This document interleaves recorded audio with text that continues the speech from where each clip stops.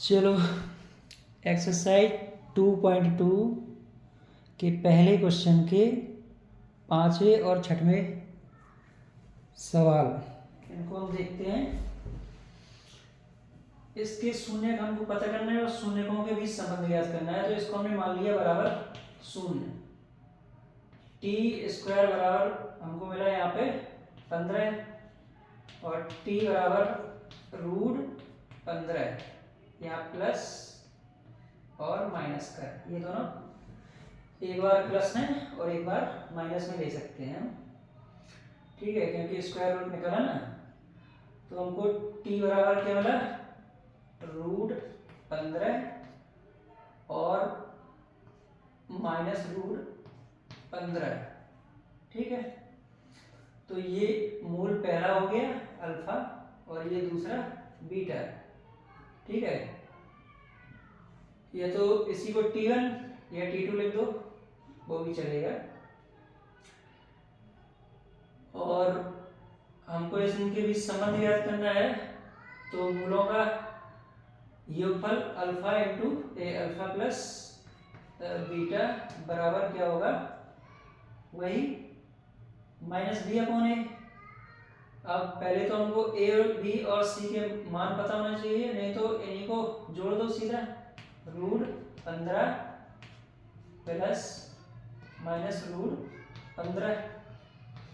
तो मूलों का जो योगफल मिला हमको, इसको रूट 15 लिख दो और ये प्लस माइनस का माइनस रूट 15, इन दोनों को जोड़ेंगे क्या बनेगा 0। मूलों का योगफल मिला 0 और मूलों का गुणनफल अल्फा इंटू बीटा बराबर, तो अल्फा मतलब ये रूट 15 इंटू बीटा मतलब माइनस रूट 15।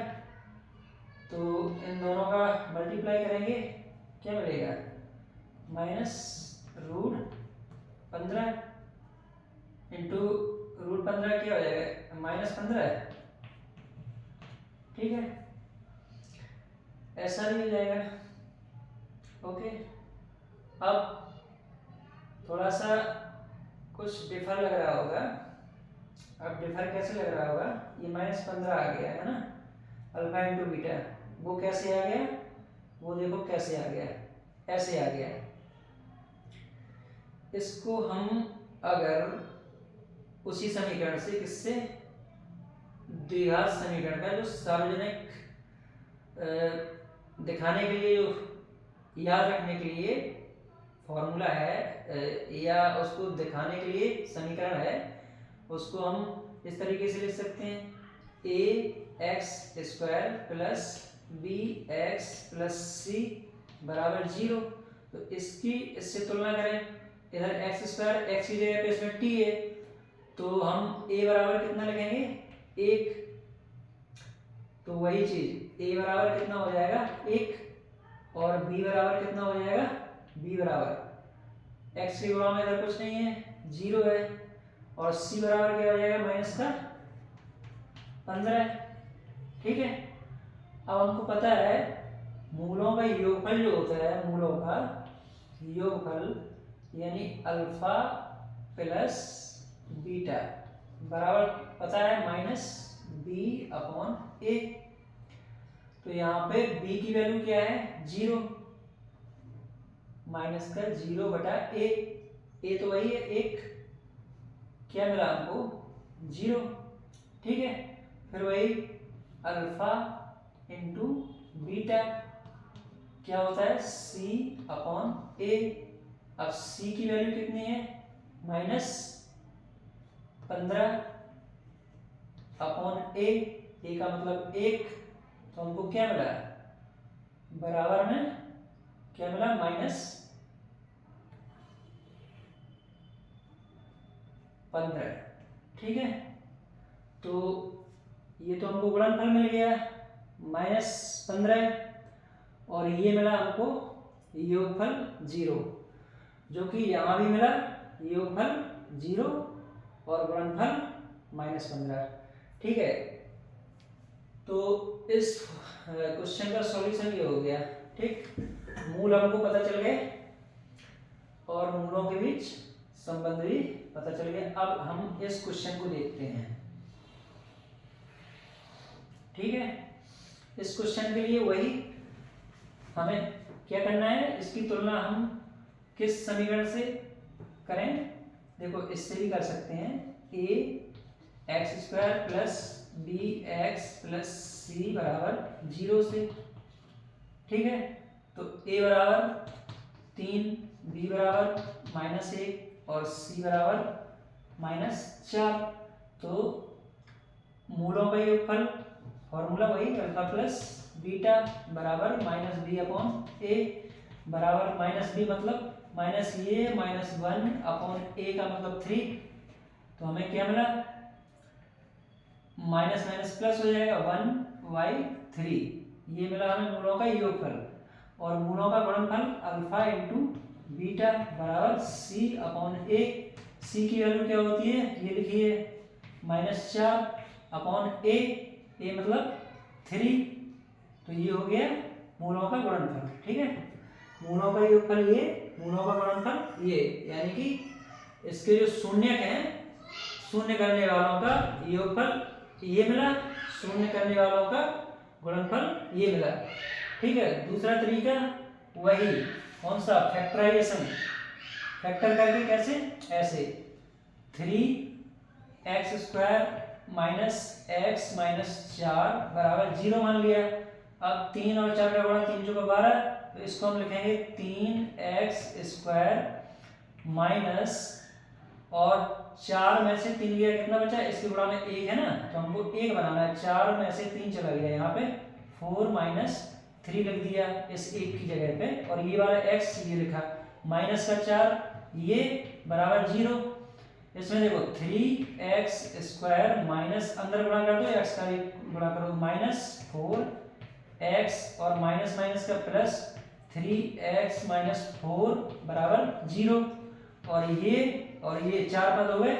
फिर से इसमें देखो x कॉमन आ रहा है, x कॉमन ले लो, तो यहाँ पे बचेगा क्या, 3x, x तो एक बार आ गया, 3 बचा और x बचा, माइनस का ये 4 बचा, ये x तो बाहर हो गया, यानी कॉमन हो गया, डिवाइड कर दो x का, वो चीज चल जाएगी। ठीक है, अपॉन 4 प्लस, इसमें क्या कॉमन आ रहा है, 1 और कुछ नहीं है, 3 एकम 3 या 4 एकम 4, 1 कॉमन आ रहा है, तो 1 ऐसा लिख दो, या इसी को कोष्टक में बंद कर दो, वो भी चलेगा, कोई बात नहीं। तो यहाँ पे लिख दो 3x - 4 बराबर ये सब 0 के। अब इन दोनों में क्या कॉमन आ रहा है, 3x - 4 कॉमन आ गया, और ये बचा x + 1, इस सब के बराबर 0। ठीक है, इसके बराबर 0 लिख दो और इसके बराबर 0 लिख दो अलग। ठीक है, 3x - 4 बराबर 0, और यहाँ पे x + 1 बराबर 0। तो इससे क्या हो जाएगा, 3x बराबर 4 हो जाएगा, 4 उस तरफ जाएंगे, ये माइनस का प्लस हो जाएगा, तो 3 ये 3 नहीं, अब तो x बराबर हो जाएगा 4/3, और यहाँ पे x इस तरफ बचा, 1 उस तरफ गया, माइनस का 1 हो गया, x बराबर -1 हो गया। तो ये पहला मूल हो गया ये, यानी इसको हम अल्फा के बराबर भी कह सकते हैं और इसको बीटा के बराबर भी कह सकते हैं, ऐसा मान सकते हैं। ठीक है, ये x की जो दो वैल्यूज हैं वो ये हैं, कौन कौन सी, 4/3 और -1। ठीक है, अब हमें क्या ज्ञात करना है, मूलों के बीच संबंध, यानी मूलों का योगफल और गुणनफल। ठीक है, तो मूलों का योगफल के लिए फॉर्मूला वही जो अभी आर हमने लिखा है, ये क्या है, अल्फा और बीटा का गुणनफल क्या है, ये c/a। ठीक है, या ऐसे गुणा कर दो और अल्फा और बीटा को जोड़ दो। तो हम सबसे पहले तो यहाँ पे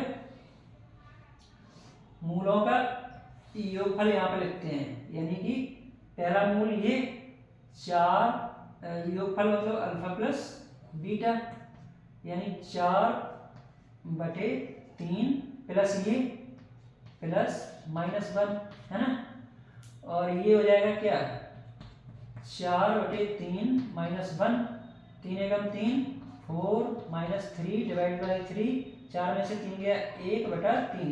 देखो आया भाई, ये यहाँ पे देखो, ये यही चीज़ है योगफल, यहाँ पे देखो योगफल 1/3, ये देखो, ठीक है, ये माइनस का नहीं है, यहाँ पे प्लस ही है ये, ठीक है। और गुणनफल अल्फा इंटू बीटा, ठीक है।